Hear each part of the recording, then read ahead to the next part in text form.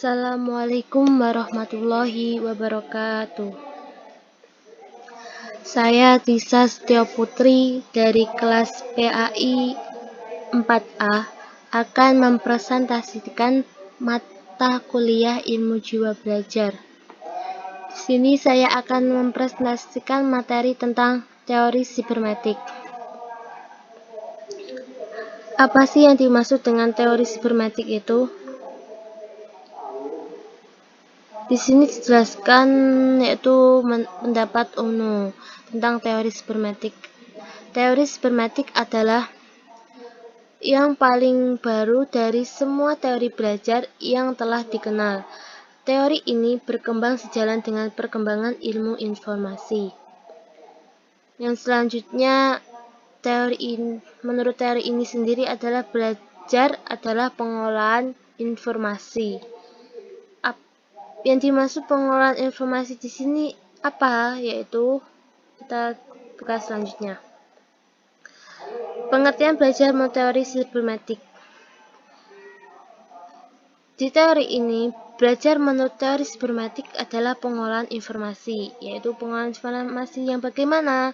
Informasi di sini yaitu sebagai penentu proses belajar. Jadi, menurut teori sibernetik, proses belajar yang paling penting adalah pengolahan informasi. Di teori ini, pengolahan informasi itu sebagai cara belajar yang sangat ditentukan oleh sistem informasi yang disampaikan oleh pendidik kepada siswa.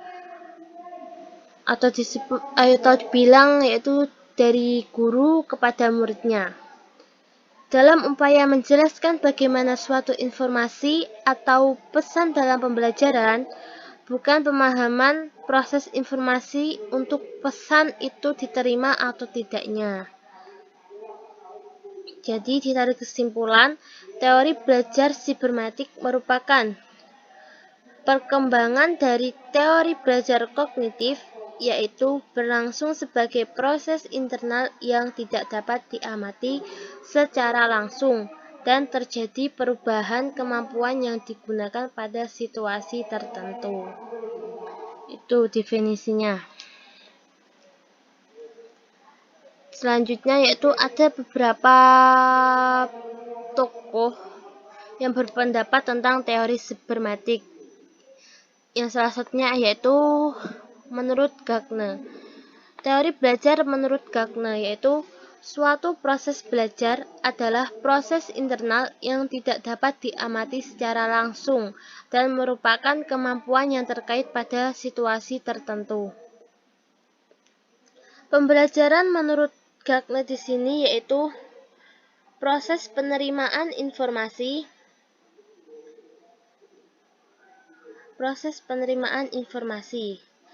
yang terjadi interaksi antara kondisi internal dan eksternal. Yang dimaksud di sini sebagai kondisi internal yaitu kondisi internal yaitu individu sangat mempengaruhi hasil belajar dan proses kognitif belajar individu. Dan kondisi eksternalnya adalah stimulus atau rangsangan dari lingkungan yang mempengaruhi individu dalam proses pembelajaran. Itu adalah pendapat menurut Gardner tentang teori belajar sibernetik.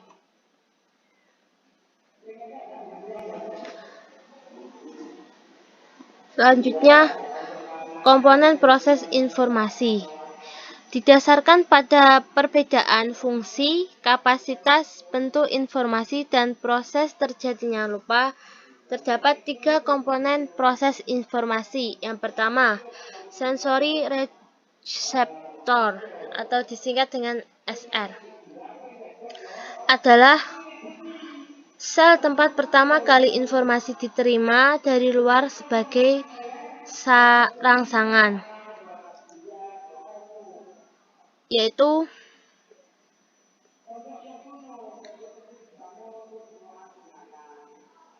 SR. Di dalam SR, informasi ditangkap dalam bentuk asli. Informasi hanya dapat bertahan dalam waktu yang sangat singkat. Dan informasi tadi mudah terganggu atau terganti. Jadi SR ini pengolahan informasinya itu sangat singkat dan informasinya itu mudah terganggu dan terganti. Yang kedua adalah working memory atau disingkat WM. Diasumsikan mampu menangkap informasi yang diberi perhatian oleh individu. Working memory memiliki kapasitas yang terbatas. Jadi, pemberian perhatian ini dipengaruhi oleh peran persepsi karakter WM. Karakter WM adalah yang pertama, bahwa ia memiliki kapasitas yang terbatas. Lebih kurang 7 slot informasi di dalamnya hanya mampu bertahan kurang lebih 15 detik apabila tanpa pengulangan. Jadi sangat singkat juga. Yang kedua, informasi dapat disandi dalam bentuk yang berbeda dari stimulus aslinya. Itu penjelasan dari working memory. Yang ketiga, long term memory atau LTM.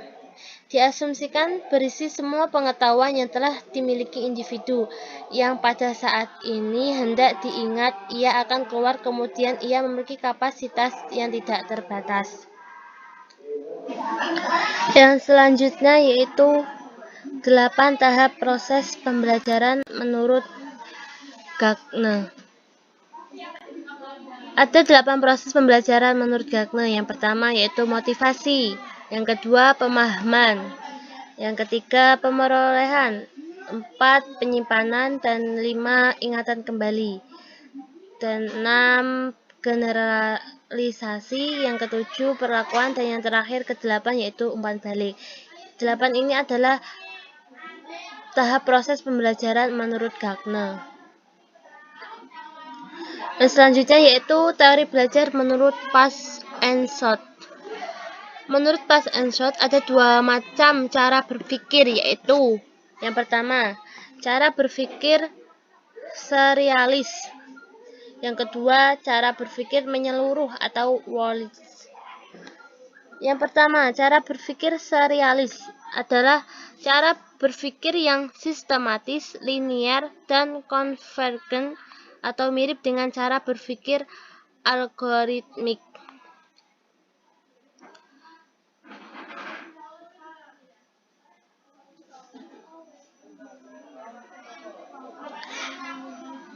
Jadi, cara berpikir yang serialis yaitu siswa yang cenderung berpikir secara algoritmik, terutama dalam mempelajari bidang eksakta seperti matematika.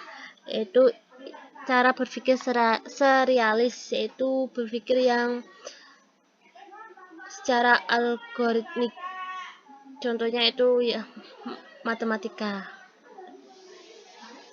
Yang kedua yaitu cara berpikir menyeluruh atau Wallace, yaitu adalah cara berpikir yang cenderung melompat ke depan atau langsung ke gambaran lengkap sebuah informasi. Cara berpikir ini cenderung melompat ke depan dan langsung ke gambaran lengkap suatu sistem informasi. Jadi teori ini adalah yang kedua, teori Wallace adalah teori yang menyeluruh, yang langsung ke sistemnya. Kalau yang berpikir secara serialis yaitu dengan seperti belajar matematika. Ini adalah teori belajar menurut Pass and Shot.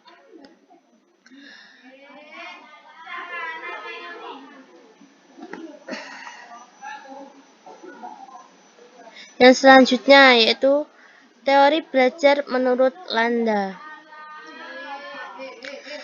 Menurut Landa, proses belajar merupakan salah seorang ahli.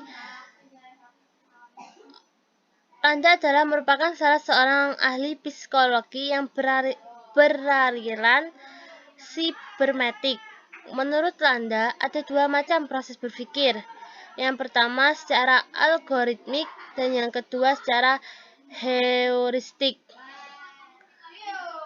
Yang pertama, secara algoritmik, yaitu proses berpikir yang sistematis, linier, dan lurus menuju satu tujuan tertentu. Hampir mirip dengan yang tadi, pemikiran path and short, secara sistematis. Yang kedua yaitu heuristik, yaitu cara berpikir menuju beberapa target tujuan sekaligus atau bercabang-cabang. Ini adalah teori sibermetik menurut Landa. Ada dua, yaitu algoritmik dan heuristik. Selanjutnya, strategi penataan materi pembelajaran. Yang pertama dengan pemilihan atau selection, penataan urutan atau sequencing, rangkuman, summary, dan synthesizing.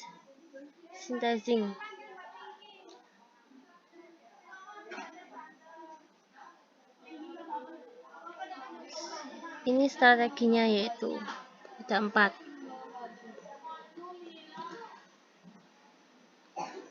Ya, ini adalah gambaran aplikasi teori sibermetik.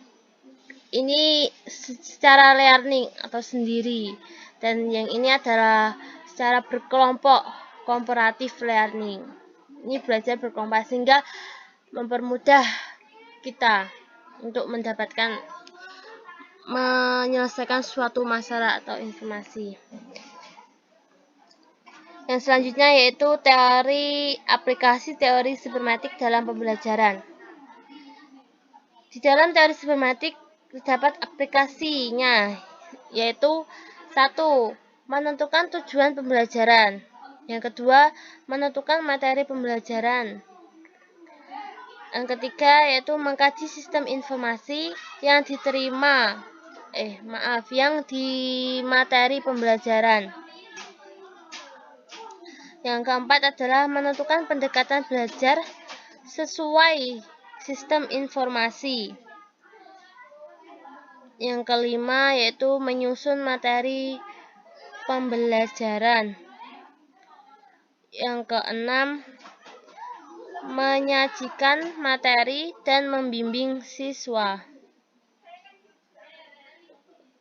Ini adalah aplikasi teori sibermetik dalam pembelajaran.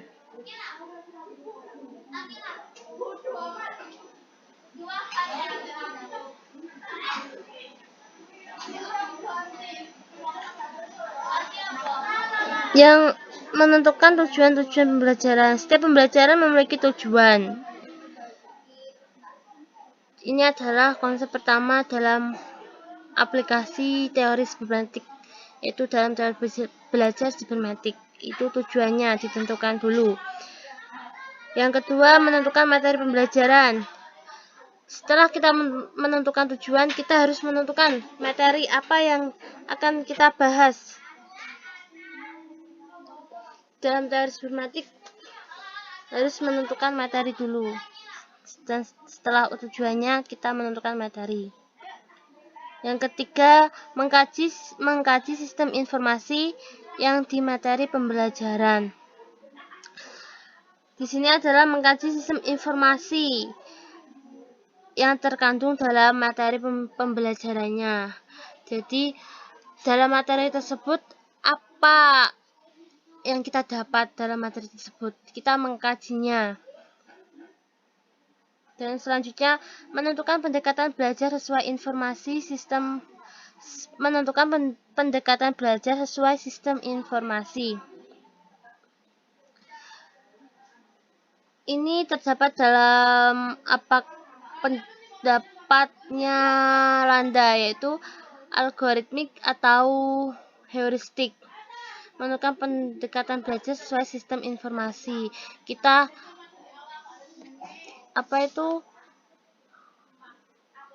menggunakan proses berpikir yang bagaimana. Kalau ini merupakan yang algoritmik, itu proses belajar berpikir yang sistematis, linear, dan lurus menuju suatu tujuan tertentu. Dan kalau yang heuristik, kita berpikir menuju beberapa target tujuan sekaligus, yaitu dengan bercabang-cabang. Yang kelima yaitu menyusun materi pembelajaran.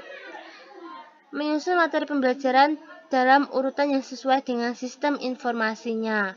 Jadi setelah tujuan, kita mencari tujuannya, kita mencari materinya. Setelah itu kita mengkaji materi tersebut. Dan setelah mengkaji, kita menentukan pendekatan dalam materi tersebut. Dan setelah itu kita menyusunnya dengan rapi, menyusun materi pembelajarannya tadi. Dan yang terakhir, menyajikan materi dan membimbing siswa. Menyajikan materi dan membimbing siswa belajar dengan pola yang sesuai dengan urutan pelajaran. Yang tadi adalah aplikasi teori sibermetik dalam pembelajaran. Seterusnya ini adalah kelebihan dan kekurangan teori sibermetik. Kelebihan teori sibermetik ada pertama, cara berpikir yang berorientasi pada proses lebih menonjol. Yang kedua, kapasitas belajar dapat disajikan lebih lengkap. Yang ketiga, penyajian pengetahuan memenuhi aspek ekonomis. Ini adalah kelebihannya, dan masih ada lagi. Ini saya sebutkan 3. Dan kekurangan dari teori sibermetik adalah terlalu menekankan pada sistem informasi yang dipelajari dan kurang memerhatikan bagaimana proses belajar. Ini kelebihan dan kekurangannya. Terima kasih. Sekian presentasi dari materi teori sibermetik yang saya sampaikan. Apabila ada kesalahan, saya mohon maaf yang sebesar-besarnya. Wassalamualaikum warahmatullahi wabarakatuh.